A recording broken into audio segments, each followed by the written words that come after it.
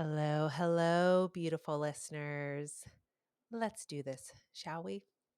So, I am really wondering, are you feeling it in the air, in your inboxes? The holiday season is here, and I certainly am. Between I'm gonna just admit it, the Christmas music is on in my house, and the lead person turning it on is gonna be yours truly. I do love me some holiday music. Um, I was unexpectedly and unplanned wearing the same matching holiday themed pajamas as my husband earlier this week. That happened. There will be no photo posted in the show notes, however. um, and uh, and I am preparing. I'm looking ahead just in the next 3 weeks, and I have three out of the house trips planned. So gathering is really on my mind, and so I drop into your earbuds today to talk about what it means to gather good. And when we're talking about what it means to gather good, that does mean that I'm saying there's also ways to gather that are not good. There are ways to gather bad. Who wants to do that? Not me. And while there's a lot of ways I could frame out today's conversation, I could talk about it through the lens of when you are gathering with your colleagues for an informal holiday celebration. I could talk about when you are gathering for a retreat and how to hold space in that setting. But I'm coming in today with something more personal, and I want to share with you four or five. We'll see how I'm feeling in the time. 4 or 5 examples of real live gatherings from my life. They're diverse by design. And I have set down the same 4 questions that I'm going to answer just to bring some uniformity and to give you a rhythm should you like to ask these questions of gatherings in your own life and see what you might learn. So I'm going to share with you these gatherings, what I'm noticing about them, and then I'm going to share 5 observations that when I was holding the whole of these examples, I thought, yeah, these are some takeaways for me. And I offer them in the hopes that as you are thinking about gatherings that you are hosting, that you are going to, that you are wishing to invent, that these insights and these personal experiences will inspire you to find ways to gather that delight and just light you up. Okay, so let us get into it. Okay, here's the first one I want to share. Oh, friends, by the time this podcast drops, yes, indeed, I will be away on what I affectionately call my entrepreneur's getaway. So, believe it or not, in less than a month, I will be celebrating 10 years in business here at Point Road Studios. So, just sneak peek, expect a year-long celebration to come. I'm really excited for that. But the Entrepreneur's Getaway has been going on almost as many years. So, this is when I gather. It has been in various locations, all different kinds of formats. But the broad strokes of it, and by the way, different times of year, it hasn't been every year. But my two near and dear friends and fellow business owners, Elena and Catherine, I'm looking at you, of Storymind Media, they, we come together, the three of us, and we are in service to one another. It is our chance to disrupt our day to day and to step away somewhere that is quiet and relaxing and just have space to think and breathe into this work that we all love doing and to offer perspective and support to one another and to ourselves as we do that. So, I am going to be there when this is released. And what I want to do is answer my 4 questions. So here they are. I'll give you the questions and then I'll answer them. Okay, so questions are I'm going to say what it is, a little more detail, what I appreciate about it, what surprises me about it, and what I love most. So, what the Entrepreneur's Getaway is this time, so this is looking forward. Um, it is a, let's see, one, two, two full days, two partial days. Uh, we are going to be in Tannersville, New York, so actually not too far from my adopted hometown. And we are really looking in this Entrepreneur's Getaway at planning for the coming year. So thinking about goal setting, strategic priorities, um, and that will be a full agenda for us. we usually, we'll see, we usually like to get out and do some hiking. It is awfully cold quite suddenly here in the Catskills. Saw my first snow flurries in the last week.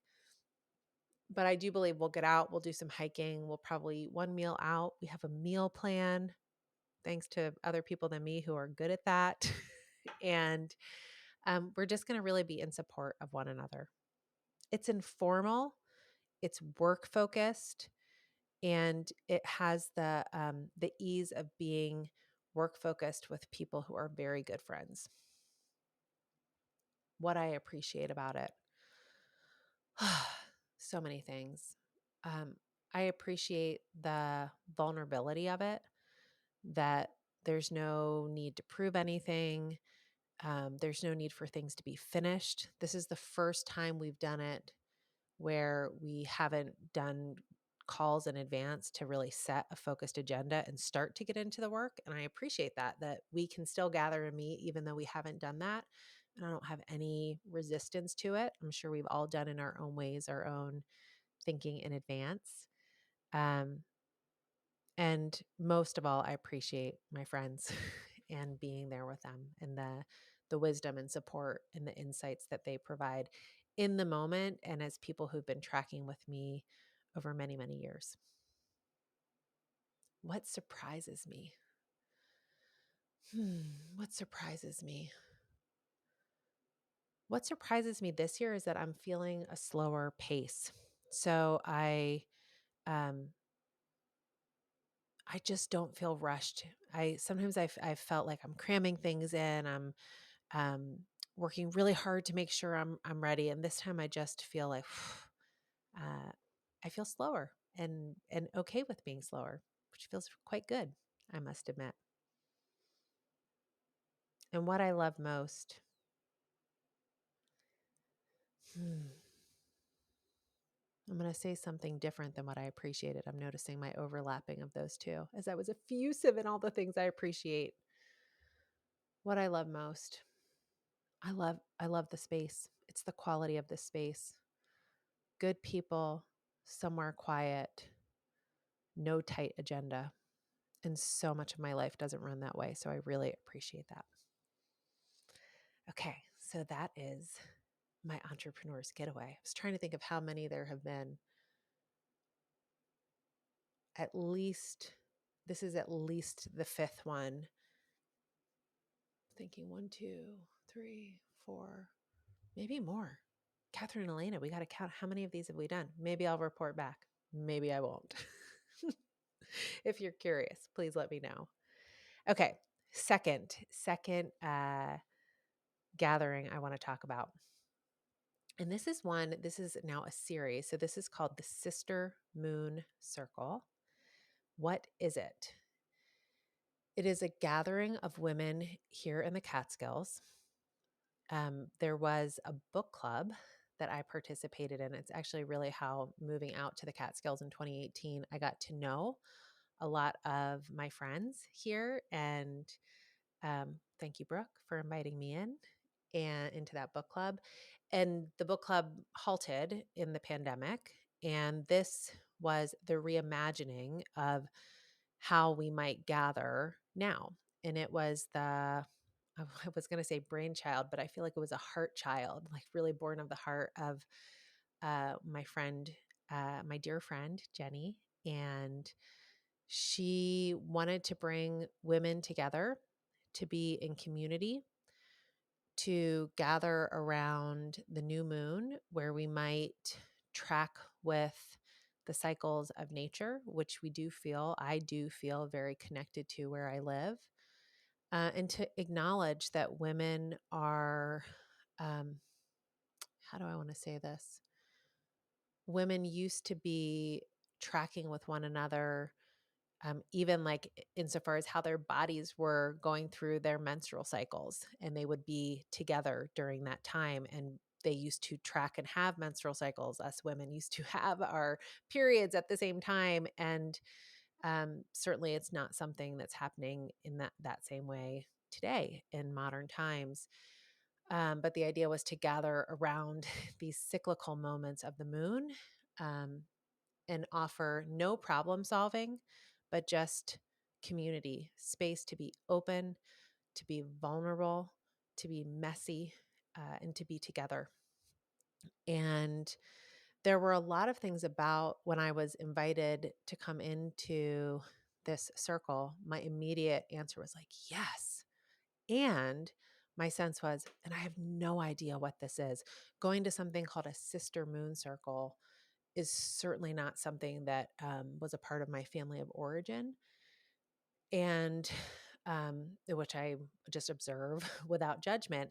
As a result, what I appreciate about the Sister Moon Circle, I guess this is what surprises me, is probably more tied to, as a result of my family of origins. Let me say that first. I'll jump. What surprises me is just how uh, both how connected I feel into this setting and this experience, and how strange it feels to me. So it simultaneously feels of me, natural to me, to be in community, to be open, to share, to listen deeply.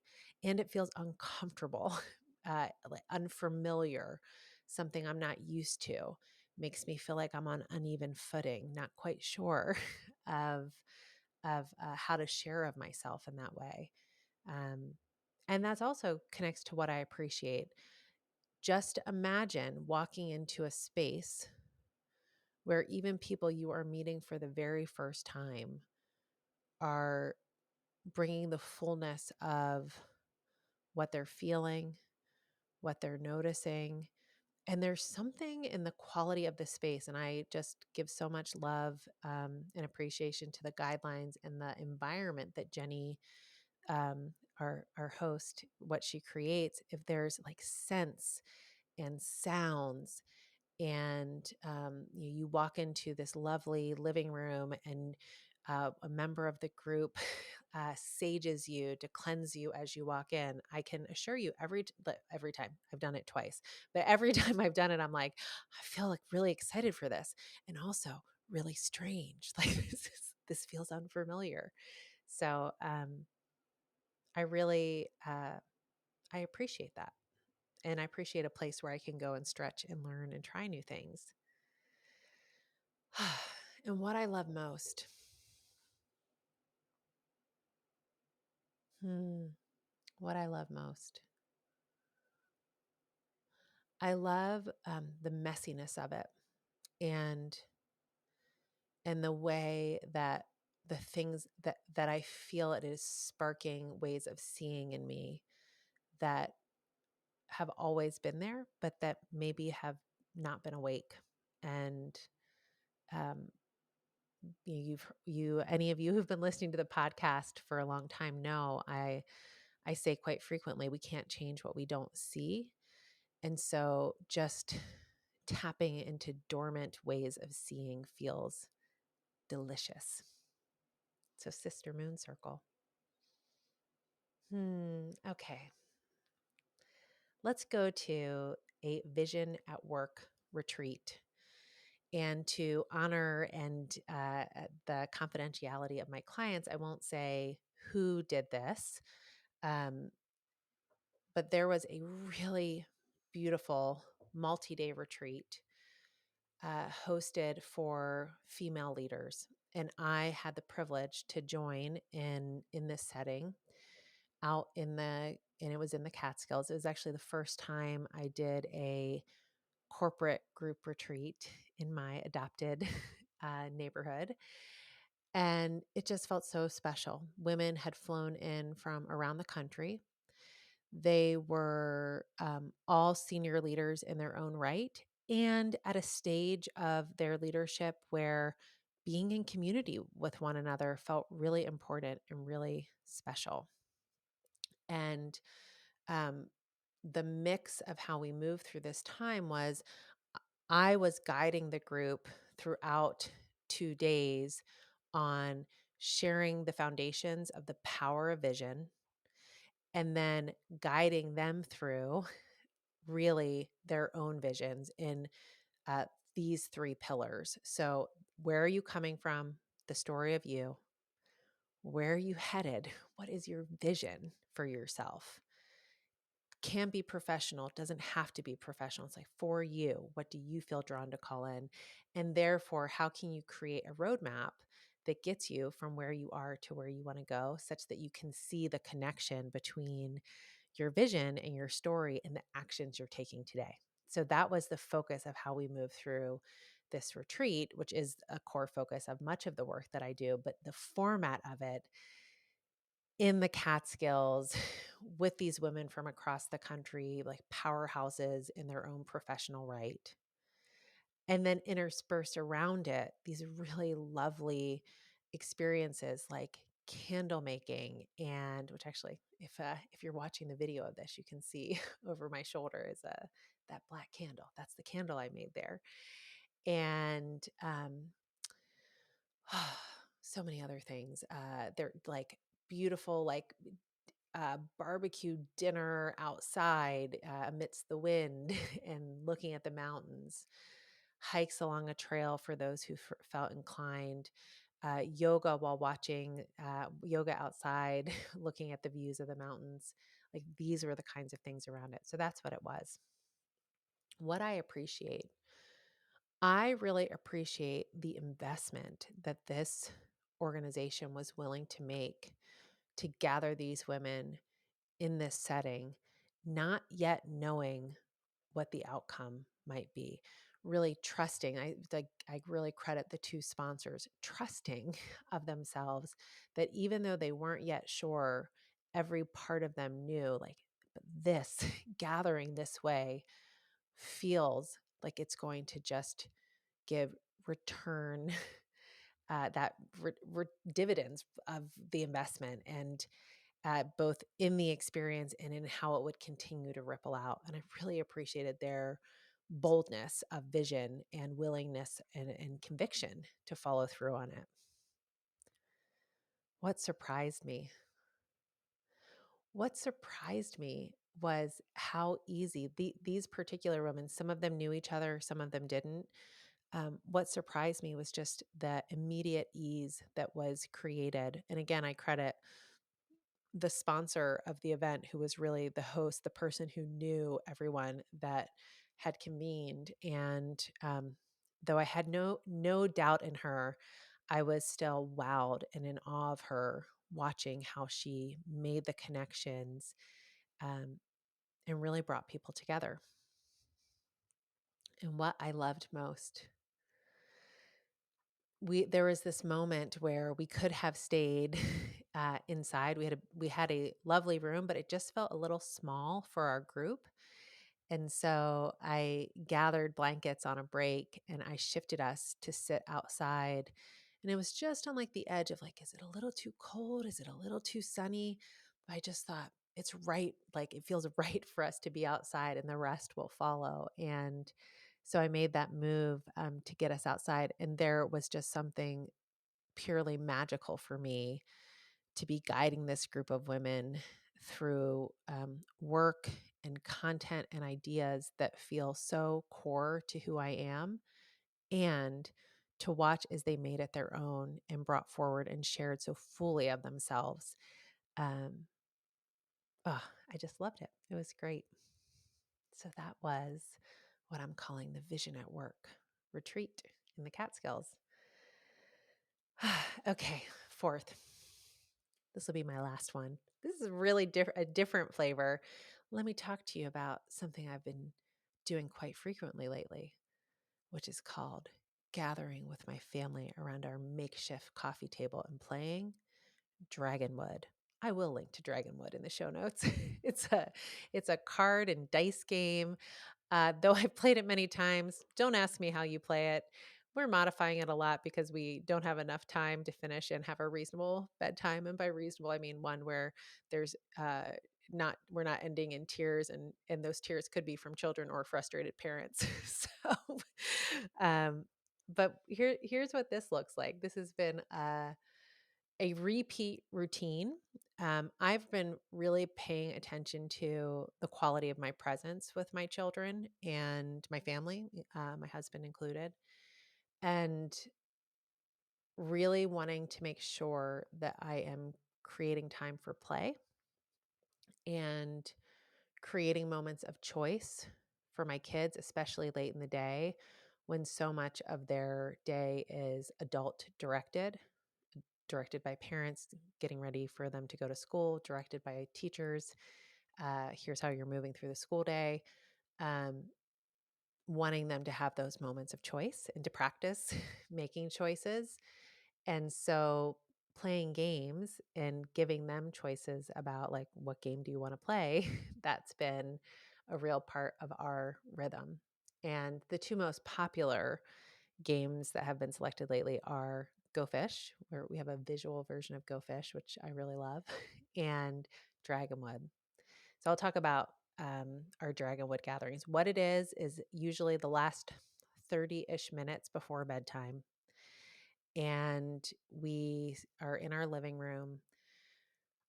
It's a 2 to 4 person game. There's 5 people in our family, so usually there's one team. Sometimes someone feels like doing something else, and they might be reading while we're playing a musical instrument while the rest of us are playing. But we're all together, and um, and we're usually in those moments where we only have 30 minutes. We know we won't be able to get to the end of this game.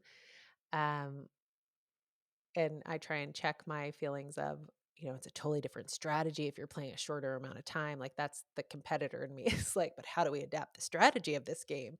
And I'm like, but Lipovsky, that's not the point. That's not what you're doing here. Um, so really what it is my family gathering, and the game is the thing that's bringing us together. What I appreciate. I appreciate how much we can learn through play, how much we can learn about ourselves, about the people around us, about our natural inclinations. And so I appreciate like seeing that at work, uh, in and among my family, and what it gifts me in terms of um, learning opportunities and teaching opportunities. So I really appreciate how much opportunity there is to learn and grow when we play. What surprises me? What surprises me is sometimes the reactions. So in a recent gathering with the family, one of my kids just got really upset with losing, and it surprised me. Um, some of you listening who know my children may be guessing who. I won't say, but I can tell you it surprised me. And if you know my children, it might have surprised you. So percolate on that.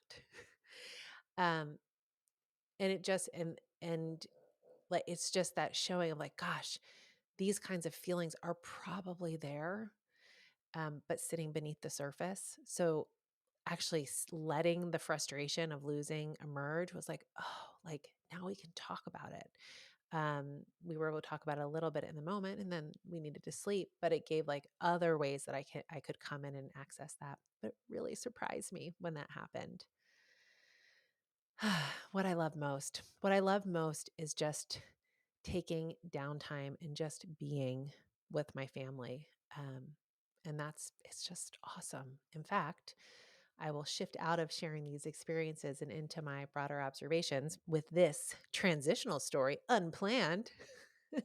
But this year, one of the things I'm really celebrating is making a change in how our family, my immediate family of my 3 kids and husband and dog, and how we have been celebrating Thanksgiving and Christmas has been really set and the same my entire adult life. So since I came back from the Fulbright Fellowship, circa 2000 and something, early aughts, I have been celebrating Thanksgiving with my husband's family and Christmas with my family of origin. And the um, the only time we haven't done that is when we were all 2020'd. And and I won't go there. That's a podcast for another day. But I did not feel like I had the capacity to be reinventing and reimagining traditions. It was just survival. So this year, the pivot that we made as a family was to have, and I had laid groundwork for this, but we are now only traveling for one of those holidays. And so this year we'll travel for Thanksgiving, not for Christmas. And so this is how it connects to the Dragonwood game. I One of the things, and I'm sad about losing those traditions because the reason we did it for so long was because there was so much joy. But at the same time, it didn't allow for space for other things. So when I'm thinking about how I will spend my last week of 2022, I'm like, give me more Dragonwood. Give me more time around the table with nothing planned with my kids and my husband. Feels great. Okay, so with that, I hope as you are taking in and hearing about these different spaces, it is sparking you to think about your own gatherings um, and what's working and what's not, and what are these things that you're spending time in? What do you appreciate? What surprises you? What do you love most? And here are the 5 things that when I stepped back and was thinking about these gatherings, like here's the 5 things that jumped out at me. First, that there is real power in saying yes with intention. So, not yes with obligation, not yes because we have to, not yes because we've done it in the past, but like, yes, I'm choosing this. And when I think about all of those things I was just describing, that's the case for me. Second, appreciate the ones you're with. I can promise you that the people that I'm with in all those gatherings I just described, um, of course have things that I feel are corely the same, like in that way that I believe we are all connected. And they're different, like different life stages, different things they're working on, different things they're paying attention to. And so I just feel like it's so important that we appreciate the ones we're with. Like when whatever setting I'm in, it brings me true joy that I'm like, when I'm with you, there is no one else I'd rather be with. And I feel like I can do that when I say yes with intention. And it's just a wonderful feeling. The third thing I've observed is that you've got to leave negative space. Life will bring you unexpected things. Things will take longer than planned. Downtime and being bored and doing nothing is important. And therefore, we can't just plan for all the gatherings and actions and to-dos. We've got to leave the negative space and see what gets filled in, not just in the calendar when we're not doing things, but even when we do come together, when we are gathering. To gather good for me means there's negative space in the gathering, space for surprises. Fourth, consider traditions. Traditions is something I've really been playing with as just a concept, and what's my relationship with traditions. And I'm in that question. In some ways, I'm like, I'm not a traditional person, and on the other hand, I'm like, oh, there's so many, so many traditions in my life that I value, and I see how important traditions are to my family, and in different, like, important in different ways and in different expressions for the people in my life. So in this way, I just say consider those traditions. And like for myself, when I think about Thanksgiving, that's one that I've really been cozying up to and saying, what's my relationship to this holiday? What new ways do I want to teach about it? I don't want to abandon it and say like, this is terrible.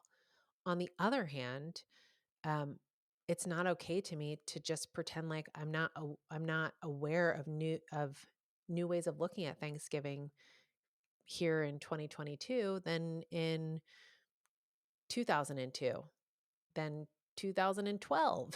Like my own awareness around this holiday is evolving. And so, how am I celebrating it differently? Um, and similarly, tradition, but from a very different angle. When I think about the Entrepreneur's Getaway, just as an example, I think about the fact that we gather differently now than we did in 2014. And when I was actually two, two members of our tribe were pregnant at that time. And um, since that time, there have been many new members of our family have arrived on this planet. And so we've changed the way that we meet. As a result, we've kept some traditions and reinvented others. And that feels really good. So consider your traditions. And then finally, give yourself grace, dear listeners. Give yourself grace. I don't know about you. For me, gathering can still feel quite weird. Having had a chance to hunker down in different ways over the last, 2+ years, um, it's been strange in that true sense of unfamiliar, not necessarily good or bad, but like unfamiliar. When I think about what it means to be gathering with others, what it means to gather with strangers, what it means to gather in small groups, what it means to gather in professional groups, what it means to gather in large groups, what it means to go to conferences, what it means, like all of those things, it's different. And so I am just um, knowing for myself and wishing for all of you lots and lots of grace as we move through what in many ways we probably feel like should be familiar and easy and something we've done. And yet times have changed, our environment has changed, we have changed. And so it feels strange. Give yourself grace. All right, my beautiful, dear, lovely listeners, that is what I wanted to share with you today. And as we close out our conversation today on Gather Good, I hope you are leaving with a sense of what it means for you to gather good. If this episode has sparked something in you and you want to share, please, please, please, please reach out. You can contact me directly through pointroadstudios.com. You could reach out to me on LinkedIn. I promise I will respond personally. I read every one of those messages and I appreciate them. So thank you. And just know I'm here to help. And until next time, I will be here holding my deeply held belief that there is nothing stopping you. So go on ahead and get after whatever it is that you really want.